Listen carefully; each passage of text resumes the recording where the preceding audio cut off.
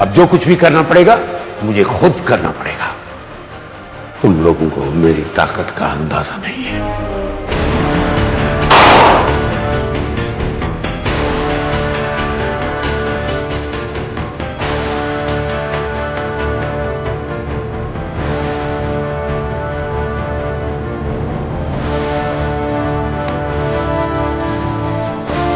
हमारी इज्जत नीलाम कर रही हो?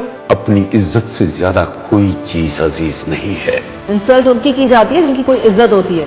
तुम जैसे लोग वडेरों की औताकों पे चाकरी करते हैं।